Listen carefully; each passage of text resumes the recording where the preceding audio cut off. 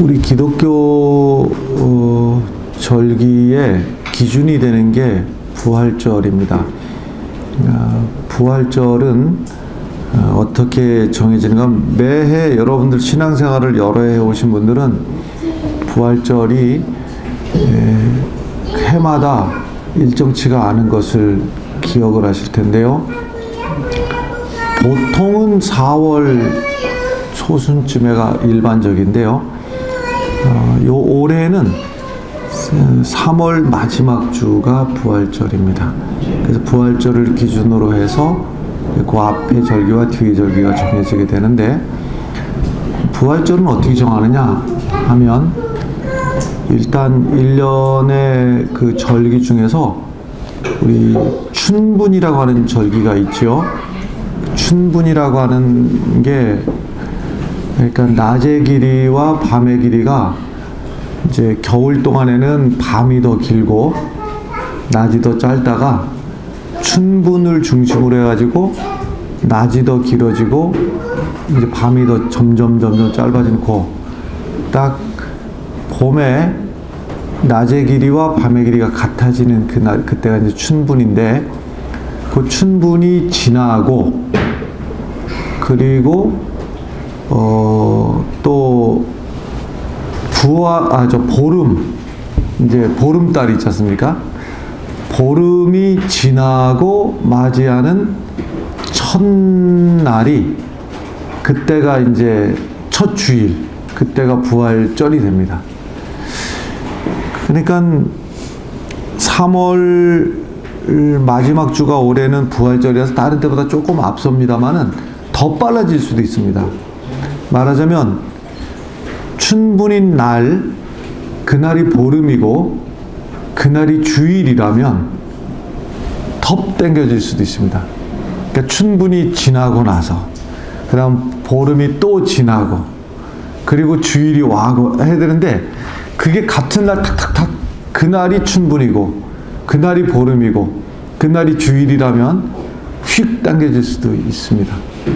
어쨌든 올해는 3월 마지막 주가 부활절이고, 우리 교회적으로다가는 예수님 부활도 참 우리가 큰 기쁨의 날이지만, 부활절 때는 세상 없어도 우리 새 예배당에 들어가서 예배를 드려야 되지 않을까. 아무리 더 늦어지고 했다 하더라도 부활절 때는 설사 좀 준비가 덜 됐어도 가서 예배 드려야 되는 거 아닌가 하는 그 정도 생각을 가지고 있습니다. 그래서 올해 부활절은 다른 때 부활절보다도 좀 특별한 느낌이 있을 것 같고요.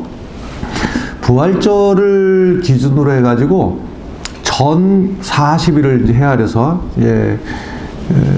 3월 마지막 주가 23일입니까? 하여튼 그런데요. 하여튼 그 마지막 주일로부터 해갖고 이제 거꾸로 쉬어가지고 40일을 세하려는데, 그것은 주일은 제외하고 세하는 겁니다. 왜냐하면 주일은 1년 365일 축제의 날이기 때문에 주일은 사순절에서도 제외를 하는 겁니다.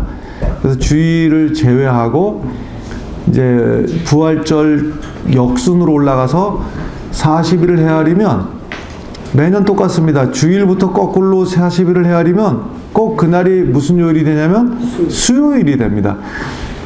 시작하는 날이요. 그래서 오늘이 11일이죠. 그러니까 돌아오는 수요일이 12, 13, 14가 되지 않습니까? 돌아오는 수요일부터 사순절이 시작이 되는 겁니다. 그래서 돌아오는 수요일부터 해가지고 40일 동안을, 주일을 제외한 40일 동안을 사순절이다. 4라고 하는 건 여러분들 아시다시피 1, 2, 3, 4 할 때 4고, 순이라고 하는 것은 묶음을 말하는 겁니다. 그래서 여기서는 10씩 묶음에서 4개의 묶음이니까는 40일이 되는 것이죠. 그래서 사순절 이렇게 되는 겁니다. 사순절이 뭐 하는 절기냐 하면, 이때가 예수님이 고난받으시고 예수님이 고초를 당하시고 그리고 십자가를 지시고 죽으신 그 때가 바로 이 사순절 때인 겁니다. 그래서 예수님의 생애 중에 이 사순절이 참 고통스러운 절기예요.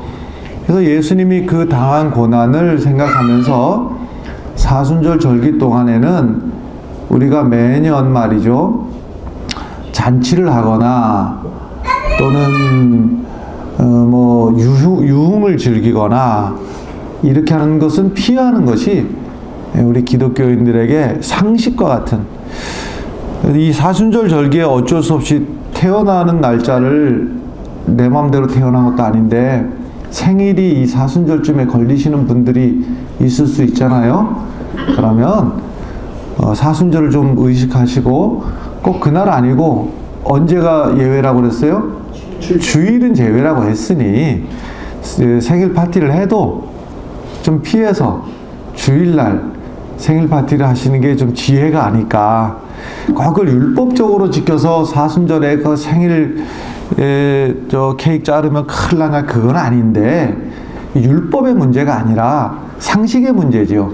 예를 들면 우리 부모님이 크게 다쳐서 누워 계시든지 우리 부모님이 먼저 돌아가셨는데 그거는 율법이에요. 거기서 시쭉이쭉 웃는다고 해서 팥줄 써서 잡아가는 거는 아니지요. 그러나 이것은 법의 문제가 아니라 상식의 문제이고, 이거는 예의의 문제이고 우리 정서의 문제이고 그런 겁니다. 그래서 사순절 기간 동안에 주님의 고난을 묵상하면서 우리의 믿음을 다시 한번, 우리가 좀 이렇게 뭐라고 할까요, 경계심을 놓고 있었던 우리의 믿음을 다시 좀 다잡고 다시 좀 이렇게 정결한 모습으로 다시 세워가고 그렇게 하는 것이 유익합니다. 사순절 기간 중에서 또 이제 앞으로 가까이 오면 말씀드리겠습니다만은 그 기간 안에서 부활절 직전 일주일을 고난주간이다 이렇게 합니다. 그때는 특별히 더 사순절 중에서도 더욱 주님의 고난과 죽으심을 묵상하는 절기가 될 것입니다. 그리고 참고적으로 부활절 직전 주일은 종려주일이 되고 이렇습니다. 하여튼 이 사순절 절기를 잘 보내시고요. 작년 사순절을 기억하시는 분들이 계실까 모르겠습니다만 대략 사순절에 주일로 말하자면 7주일 정도를 지나게 돼요. 그래서 작년도는 사순절 지나면서 주일마다 성구를 한 절씩을 외우셨지 않습니까? 올해도 그렇게 할까 생각을 했었는데, 이제 제가 계속적으로 갖고 있었던 생각이, 로마서의 말씀이 로마서 5장도 그렇고 7장도 그렇고 막 로마서는 전체를 외웠으면 좋겠다 싶은 생각이 들어서 그 사순절 기간 동안에 로마서 한 장을 선택을 해서 그 쭉 다 외우면서 할까 이런 생각을 했었는데, 그 예배당 건축하기도 고달프신 분들에게 또 무거운 짐을 그 예배당 건축 다 마치고 내년도에부터는 그렇게 하겠다 싶은 생각이 들고, 올해는 예배당 건축에 집중을 하시도록 하시고, 오늘 설교 제목이 광야를 지나며 하고 옆에 1번 이렇게 되어 있습니다. 1번이라는 얘기는 2번도 있을 수 있다는 얘기죠. 예, 아마도 있을 거다 싶은 생각이 드는 거예요. 마태복음 10장 34절에 여러분들이 잘 아는 말씀이 있습니다. 들어보셨을 거예요. 예수님이 하신 말씀인데, 내가 세상에 평화를 주러 온 줄로 생각하지 마라. 이상해요. 아니, 예수님이 평화를 주러 오신 분인 줄 알았는데 예수님이 하신 말씀이 내가 세상에 평화를 주러 온 줄로 생각하지 마라. 평화가 아니라 칼을 주러 왔다. 이런 말씀을 하십니다. 예수님께서 평화를 주러 오신 게 아니라는 거예요. 칼을 주러 왔다고 하는 거예요. 이 말씀을 무슨 의미로 왜 하셨을까? 이것을 설명을 하려면은 한참 걸리겠습니다만은 어쩔 수 없이 간단하게 말씀드리면, 예수님이 칼을 주러 왔다 했을 때 그 칼을 가지고 우리가 세상적인 것들을 잘라내는데 그 칼을 써야 됩니다. 이 거저대는 게 아니라 칼로 무엇인가를 내게 있는 것을 잘라내고 도려내고 하는 것은 고통스러운 일입니다. 아픈 일입니다. 그런데 예수님이 주신 그 칼로 나를 묶고 있는 우상들을 잘라내야 됩니다. 우상이라고 하면 무슨 불상처럼 무슨 사람 모양, 동물 모양을 만들어 놓고 그 앞에 섬기는 것도 우상이지만 내가 잡혀 있는 나를 올무로 묶고 있는 잘못된 사상 그리고 잘못된 관습 이런 것들도 우상으로 나를 올가매고 있는 것들이 있습니다. 그래서 그런 것들 이것저것 세상적인 것들을 다 잘라내는 겁니다. 쉬운 일이 결코 아닙니다. 아프기도 하고 괴롭기도 하고 그렇습니다. 그래서 예수님이 하신 말씀 중에서 보면 나를 따르려고 제 형제나 집이나 자매나 부모나 자식이나 토지를 버린 사람은 100배 이상을 받을 것이며 또 영원한 생명을 얻을 것이니라 그랬습니다. 예수님이 주신 칼을 가지고 세상적인 것들을 다 잘라내고 쉽지는 않지만은 그런 과정 속에서 주님이 주실 상급이 있다 하는 것인데 근데 말이죠. 이게 안 됩니다. 미안하지만 안 됩니다. 그러니까 우리가 이제 결심을 하죠. 여러분들 이제 우리가 기도하면서 또는 말씀을 읽으면서 그래 내가 미워하지 말아야지 하고 미움이라고 하는 이 올무를 내가 이제 끊어버리고 싶은 거예요. 결심도 했습니다.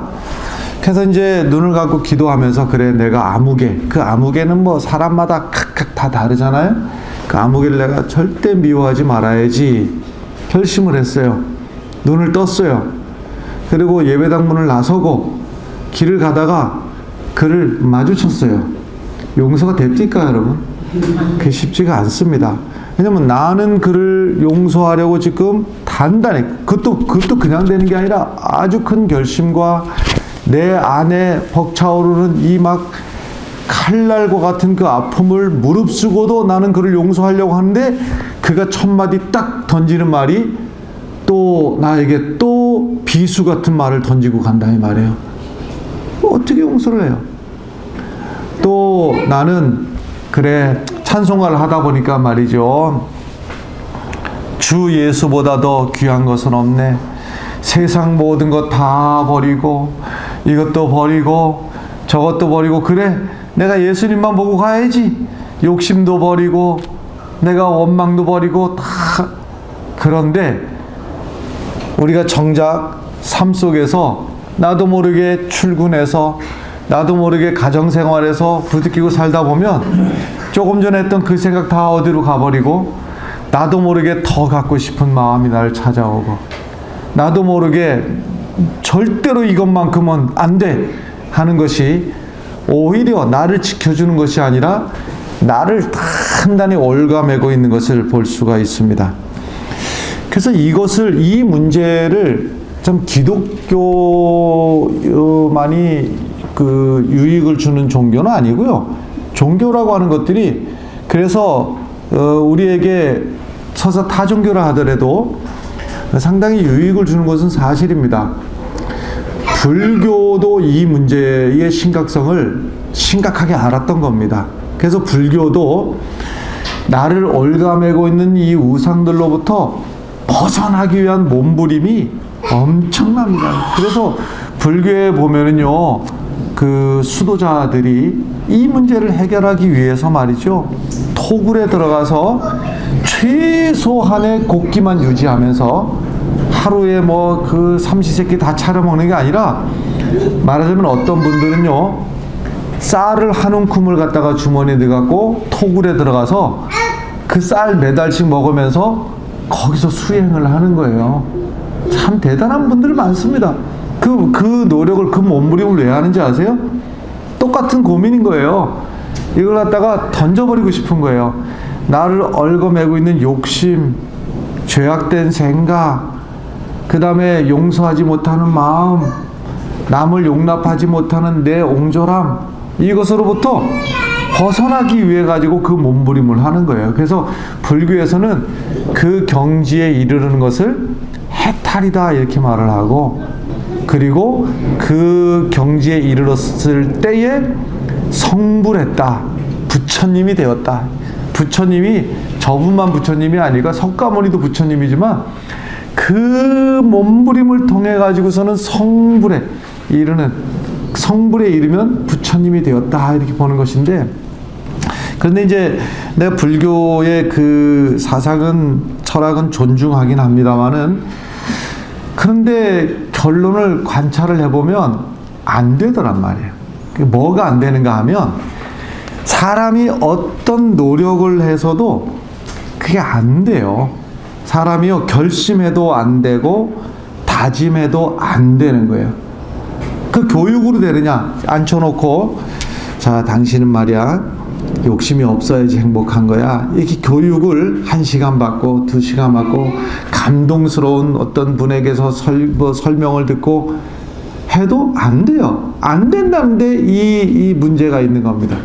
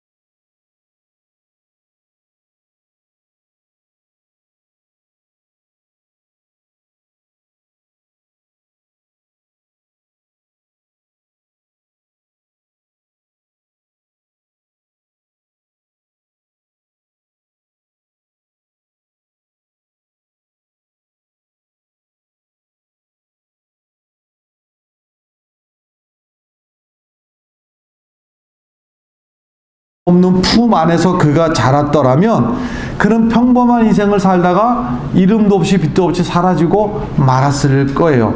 그런데 본인이 원치 않게 말이죠, 저 광야로 집어 던져져 가지고 애굽이라고 하는 곳에 종으로 팔려가고, 거기서 하이라이트는 말이죠, 감옥에 들어간 거예요. 이건 생각해도 기가 막힌 거예요. 너무나 억울한 거예요. 근데 그 감옥 속에서 요셉이랑 그 고통의 시련을 통해 가지고, 이 광야, 감옥이라는 광야를 통해 가지고 요셉이 믿음의 사람으로 세워져 가고, 그 사람이 차곡차곡 하나님께서 그 애굽의 엄청난 그 강대국 애굽의 총리가 되기까지 이 감옥이라고 하는 세월은 하나님께서 요셉을 일꾼으로 만들어가고 믿음의 사람으로 만들어가고 축복의 사람으로 만들어가는 그 광야의 시간이 바로 애굽에서의 감옥살이 기간이었습니다. 다윗은 어땠습니까? 다윗은 가만히 평범하게 살았더라면 아버지의 아들로서 그냥 평범하게 부조공 없이 살았을 거예요. 그런데 어느 날 말이죠, 사무엘이라고 하는 사람이 와서 그 머리에 기름을 붓고 그리고 그를 왕으로 삼은 다음부터 그는 쫓겨다니는 인생을 살았습니다. 영문도 없이, 잘못한 것도 없이, 이유도 없이 나를 죽이겠다고. 여러분 혹시 쫓겨다닌 적 있습니까? 한번 생각을 한번 해보십시오. 그것도 조직적으로다가 군대가 조직이 돼가지고 다윗을 잡는 특별한 군대가 조직이 돼가지고 그를 계속 쫓아다닐 때 하룻밤이나 편했겠습니까? 한 끼 식사가 편안한 식사였겠습니까? 그런 숱한 시간을 통해서 하나님과 교류하고 하나님 앞에 엎드려 기도할 줄 알고 하나님의 도우심을 구하면서 그러다가 그 광야의 시련을 통해 가지고 다윗이 지금도 그 오랜 이스라엘 역사 가운데서 지금까지도 단연코 이스라엘 모든 사람들에게 제일 위대한 왕 하면 다윗 왕이라고 주저없이 99%의 사람이 아니라 100%의 사람들이 다윗을 최고의 위대한 왕으로 여기고 있어서 얼마나 다윗을 존경하는가 하면 국기 안에다가, 이스라엘 국기 안에다가 다윗의 별을, 다윗을 상징하는 별을 이스라엘 국기 안에다가 박을 만큼 그렇게 위대한 사람이 된 것은 저절로 된 것이 아니라 광야의 시간을 지나면서, 광야를 통해서, 광야의 아픔 가운데서 하나님께서 위대한 믿음의 사람으로 세워간 겁니다. 세례 요한 마찬가지였습니다. 세례 요한은 제사장의 아들로 태어났으니 제사장 하면 되는 겁니다. 당시에 제사장 하면 그냥 쉽게 말해서 먹고 살 걱정 없이 남들 앞에 그 신분이 존경받는 신분으로 아무 걱정 없이 살아갈 수가 있었을 거예요.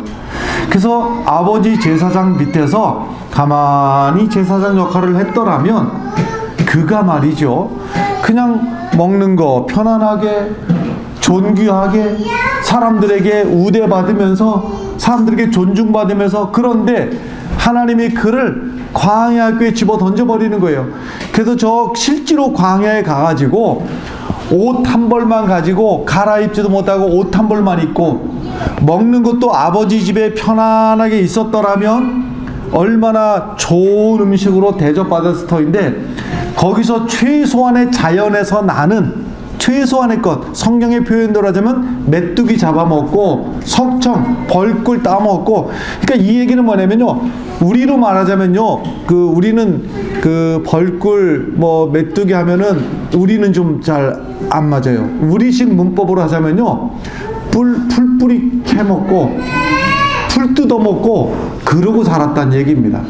그러니 얼마나 고달픈 시간이었겠어요. 그런데 말이죠, 그 광야의 시련을 통해 가지고서는 하나님께서 이 세례 요한을 어떤 사람으로 만드시는가 하면요, 이 역사를 나중에 설명을 쭉 다 하겠습니다만은 하나님께서 말라기 선지자 이후로다가 하나님께서 역사에 인류 앞에 하나님이 입을 닫아 버리셨습니다.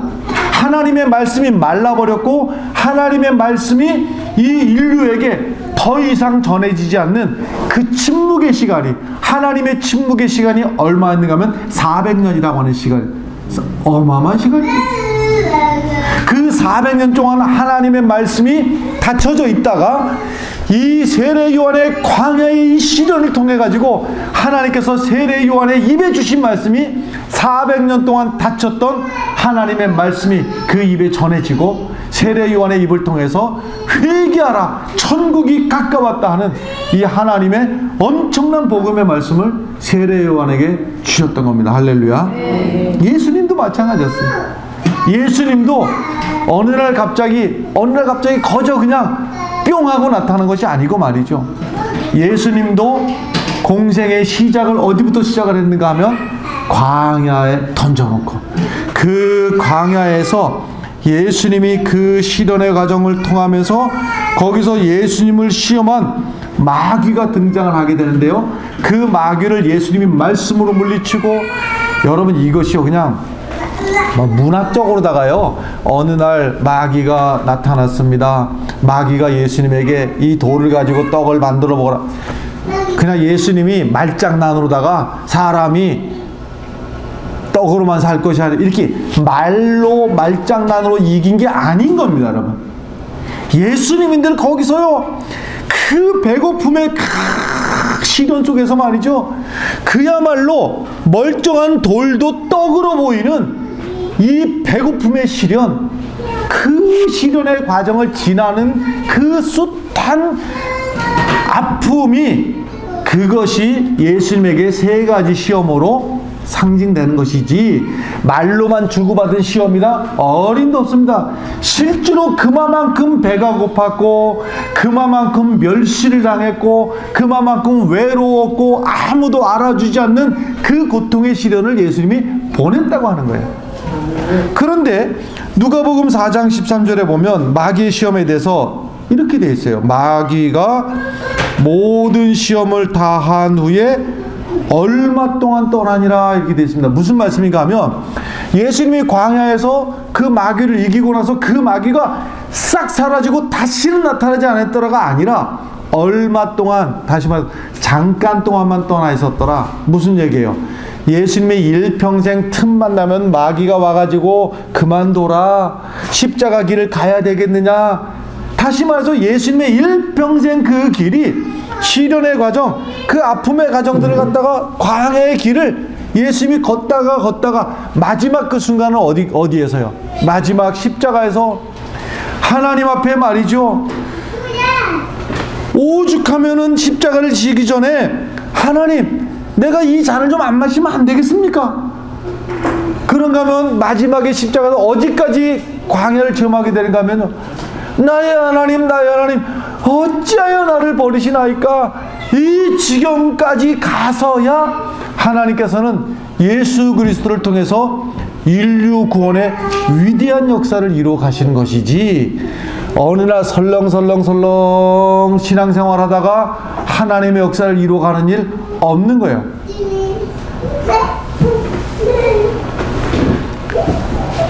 근데 여러분이나 저나 본능적으로 다, 저도 그래요. 광야 좀 안 갔으면 좋겠어요. 제발 좀. 안 가고 싶어요. 안 가고 싶은데, 그런데 말이죠, 우리는 광야 없는 믿음 생활을 원하지만, 그러나 우리의 본성이 말이죠, 이대로 내버려 두면 하나님과 가까워질 수가 없고, 내가 나를 정화시킬 능력이 없고, 나 스스로 어떤 과정, 어떤 수련을 통해서도 성불할 수 있는 능력이 내 안에 있질 않고, 내가 구원에 이르게 할 만한 능력이 어떤 노력을 통해서 내 안에 없기 때문에, 여러분, 저절로 하나님과 가까워지는 것이 아니라 연단이 없이는 정금이 결코 만들어질 수가 없어요. 쇠를 뜨거운 풀무불에 넣었다가 차가운 불에 넣었다가 때렸다가 이것을 반복하지 않고 날카로운 칼이 만들어지지가 않는다는 거예요.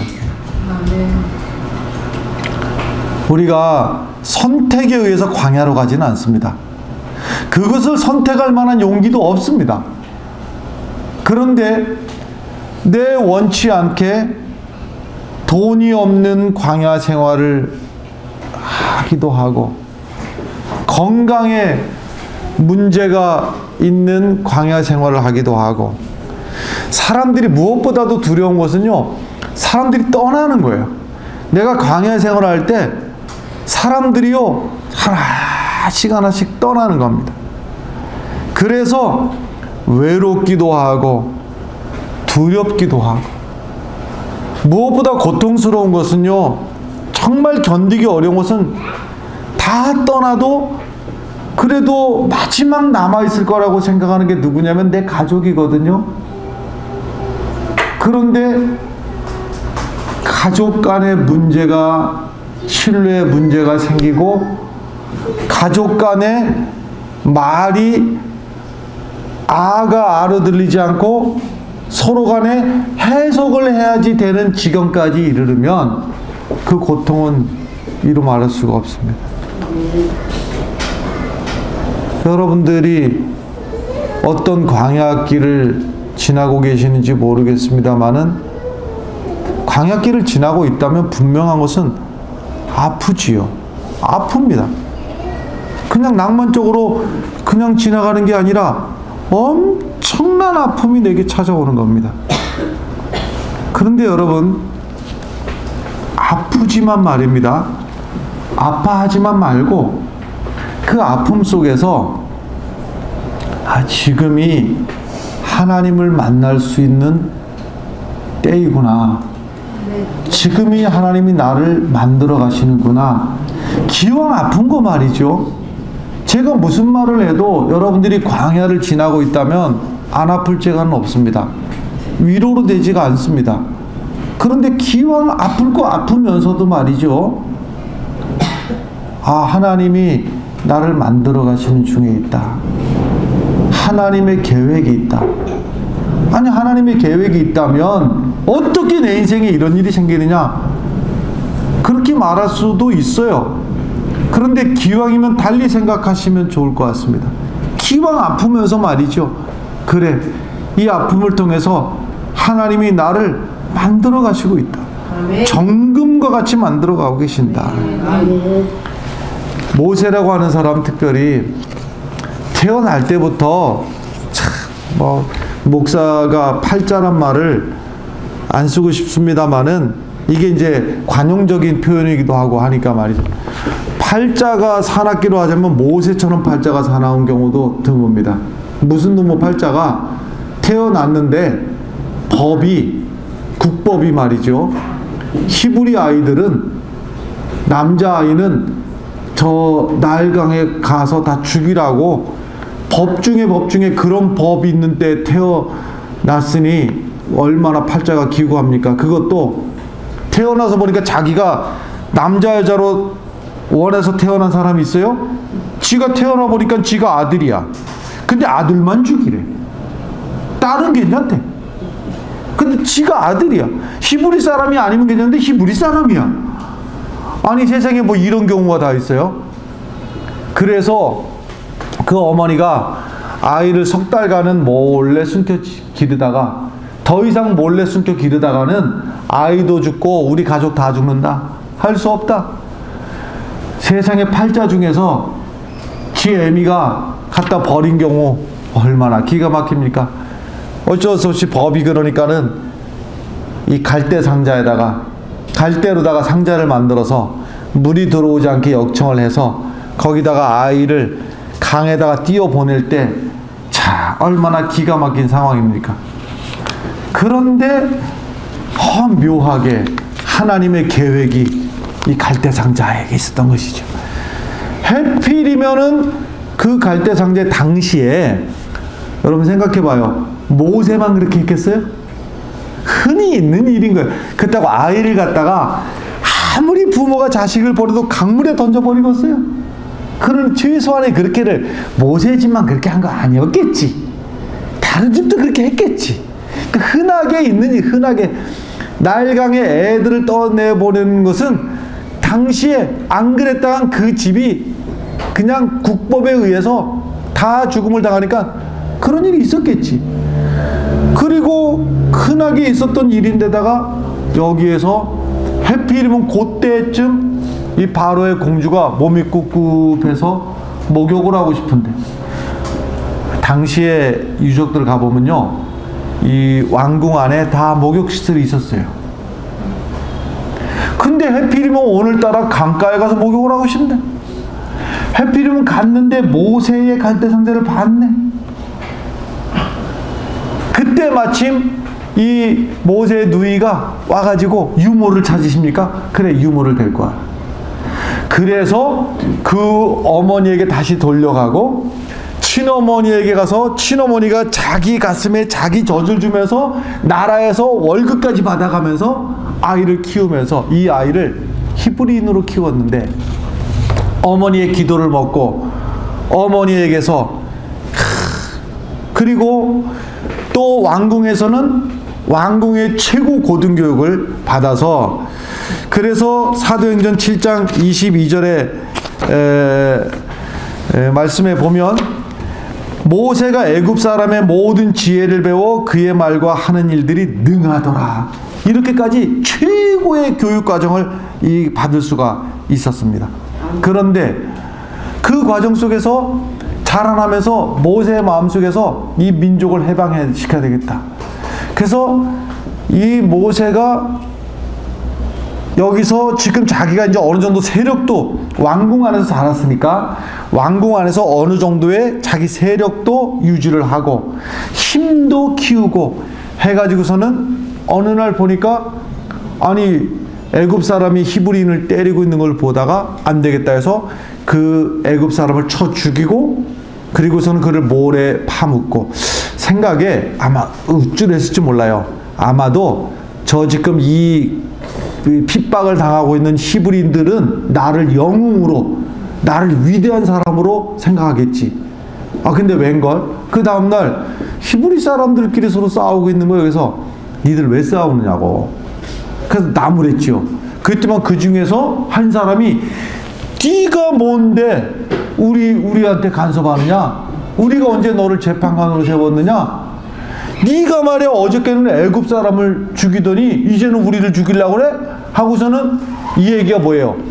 지금 모세는 애굽 사람을 쳐 죽인 것이 자기 민족, 자기 동족에게는 지지를 받을 줄 알았는데 지지는커녕 오히려 모함을 받아가지고서는 이제는 왕궁에서 모세를 반란을 일으킨 역적으로 여기고 죽이려고 하니, 하루아침에 자기는 민족을 위해서 한 선한 일, 뭐 우리식으로 하자면 민족 독립운동을 일으킨 거예요. 근데 그 일이, 우리도 그런 경우 많잖아요.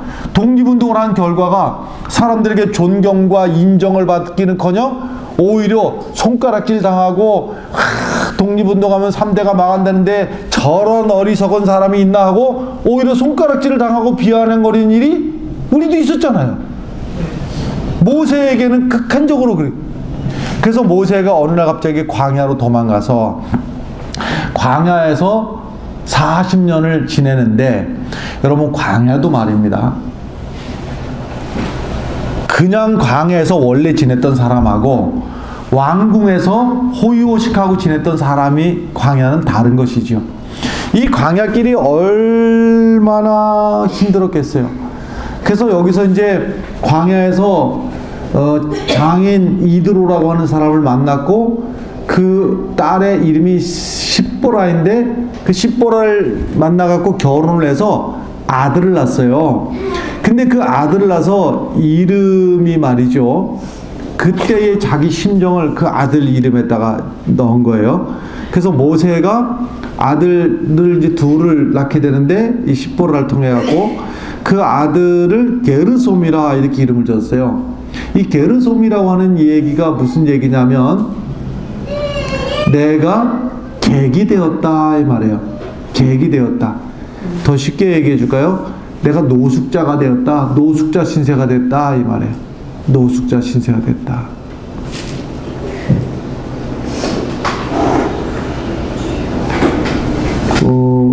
적당한 비유일까 모르겠습니다만은요, 제가 지금 이제 장모님 돌아가셔서 처갓집 가서 장모님에게 뭐 해내놓으라고 제가 장모님에게 온갖 것을 다 해놓으라고 해도 장모님 참 잘해주셨어요. 그게 많이 미루지 않고 내가 해놓으라고 하면 바로 즉시로. 말하자면 여러분들 그거 아십니까? 이게 덜 익은 송이 이렇게 따서 찹쌀가루를 이렇게 갖고 볕에다가 여러 날 이렇게 말리고 그걸 기름에 깨끗한 김에 푹 튀기면은 바삭바삭하니 어디서 먹으니까 맛있더라고. 하고 장모님 그것 좀 해내시오. 다음날 뭘 하고 있는 것 같아. 막 그거를 또 하고 있는 게. 어느 날은 또 김부각 아십니까? 김부각 맛있습니다. 나는 또 시장에서 파는 건 별로 안 먹고 싶고 장모님이 해주는 게 먹고 싶어요. 장모님 김부각 해내시오. 다음날 보니까 김을 또 잘라갖고 그거 묻혀갖고 말리고 근데 말이죠, 그것도 말이죠, 내 아내가 있을 때는 장모님에게 이것도 해내시오, 김부각도 해내시오.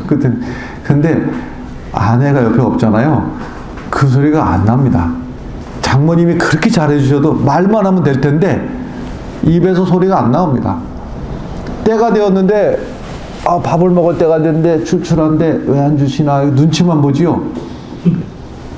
그래서 말씀을 먼저 밥 차려 주냐 그러면 예 차려주라 이렇게 되는데, 그 차이가 뭐냐면요, 조금 전에 주인 행세를, 장모님 앞에서도 주인 행세를 하기도 하고 객 행세를 하기도 하는 거예요.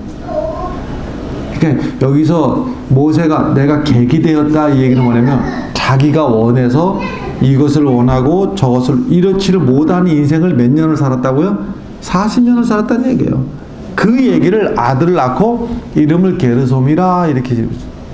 내가 객이 됐다. 객이 됐다는 얘기가 뭐냐면 내가 주장할 것도 없고 원하는 것도 없고 주면 먹고 안 주면 굶고 내가 그렇게 살고 있다. 처량하다 이 얘기입니다. 그런데 모세가 아들 둘 낳았다고 했잖아요. 근데 두 번째는 나이가 80 다 돼갖고 났어요. 둘째가요. 그러니까 세월이, 이 광야 세월을 다 지나가고 광야의 터널을 다 지나서 저 광야의 끝물 가가지고 광야 졸업식 앞에 두고, 광야 학교 졸업식을 앞에 두고 둘째 아들을 낳았는데 둘째 아들 이름은 엘리에셀이다 이렇게 했어요. 이게 무슨 소리예요? 하나님이 나를 도우셨다 이 얘기예요.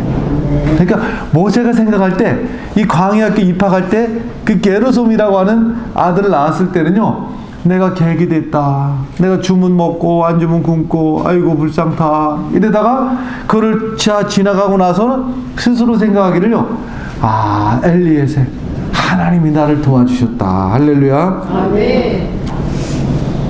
그래서 80이 돼가지고 하나님의 부르심을 받는데요, 옛날에는 80에도 일을 했나 보다 이렇게 생각할 수 있는데요, 시편이 150편 있잖아요. 그 시편 150편 중에서 모세의 시가 있는 거 아십니까 모르십니까? 모세의 시가 그 안에 있어요. 시편 150편 안에는 모세가 지은 시도 있어요. 그 중에 하나가 시편 90편이에요. 시편 90편은 제목이 뭐라고 되어 있는가 하면 하나님의 사람 모세의 기도 이렇게 되어 있어요. 그 내용에 여러분들 잘 아는 말씀이 있어요. 이게 모세가 한 말이구나. 이제 이거 머리에 박아두시면 돼요. 그게 무슨 소리냐면, 우리의 연수가 70이요 강건하면 80이라도 그 연수의 자랑은 수고와 슬픔뿐이요 신속히 가니 우리가 날아가나이다. 이걸 다 아는 말씀이잖아요. 누가 한 말이라고요? 모세가 한 말이에요. 모세가 한 말이 우리의 연수가 70이요 강건하면 80이다. 연수가 잘 살면 80까지 간다 이 얘기예요. 근데 모세가 80이 돼서야 하나님의 부르심을 받았어요. 왜 그랬어요? 그 전에 모세가 말이죠, 그 마음속에 내가 할 수 있다고 하는 자신감도 있고 어떨 때는 원망도 있고 교만, 미워하는 마음, 이 마음이요, 이 광야에서 40년을 지내는 동안에요, 내가 뭐 자존심, 내가 이거만큼은 양보할 수 없어, 그 모든 것 하나하나를 다 바람에 날려버린 거예요. 다 바람에 날려버리고 나서 거기서 양떼를 40년간을 치면서 말이죠, 그 양떼를 40년을 치는 동안에 모세에게 무슨 능력이 생겼는가 하면 백성들에게 어떨 때 설명해도 안 되고 말해도 안 되고, 그런데 양떼에게 설명해도 안 되고 말해도 안 되잖아요. 그 훈련을 양하고의 훈련을 40년 했으니 이제는 광야길을 나중에 가면서 이스라엘 백성들을 양대하듯이 한 거예요. 저놈들이 속도 없이 치받고 내 마음을 몰라주고, 그래도 양들에게 40년 단련했던 그 힘으로다가 이스라엘 백성들의 리더가 돼서 출애굽을 완성할 수가 있었던 겁니다. 민수기 12장 3절에 보면 이 사람 모세는 온유함이 지면의 모든 사람보다 더하더라. 모세의 온유함이 무슨 소리예요? 지면의 모든 사람, 전 세계에서 인류 역사상 모세처럼 온유한 사람이 없었다. 아멘. 이 위대함이 어디서 생겼는가? 40년 전에 모세가 애굽 사람을 쳐 죽일 때 그 온유함이 없었지요. 내 힘 가지고, 내 정치적인 힘 가지고 내 민족을 독립시킬 줄 알았는데 그것 갖고 되는 게 아니더라는 말이에요.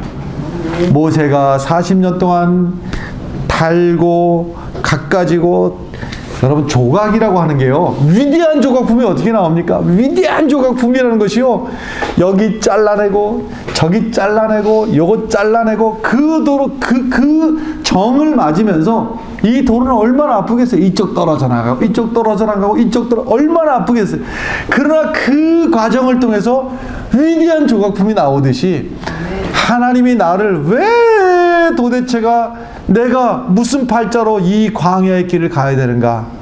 하나님이 나를 조각하고 계시는구나. 아멘. 하나님이 나를 만들어가고 계시는구나. 할렐루야. 아멘. 그래서 여러분 모세처럼 말이죠, 여러분들을 원치 않게 하나님께서 광야를 지나게 하신다면, 지금이 하나님이 나를 만들어 가시는 때이구나.